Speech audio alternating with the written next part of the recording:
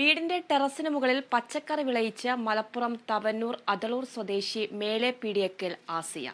പച്ചക്കറി വിളവെടുപ്പ് ഉദ്ഘാടനം MLA ഡോക്ടർ KT ജലീൽ നിർവഹിച്ചു.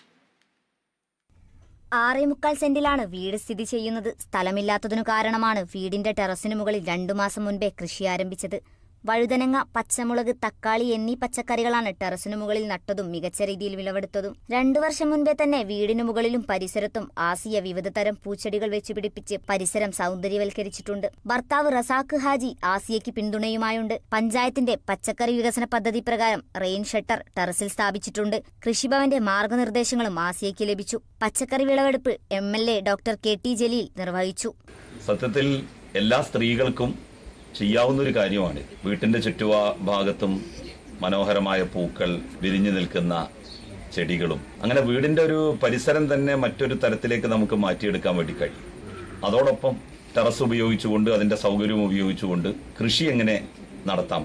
പല സിനിമകളിലും നമ്മൾ ഇതൊക്കെ കാണുമ്പോൾ ഇതൊന്നും നടക്കാത്ത കാര്യമാണ്, കൃത്രിമമായി ഉണ്ടാക്കുന്നതാണ്, സിനിമയ്ക്ക് വേണ്ടി സെറ്റ് ചെയ്തതാണ് എന്നൊക്കെയാണ് പലരും കരുതുക.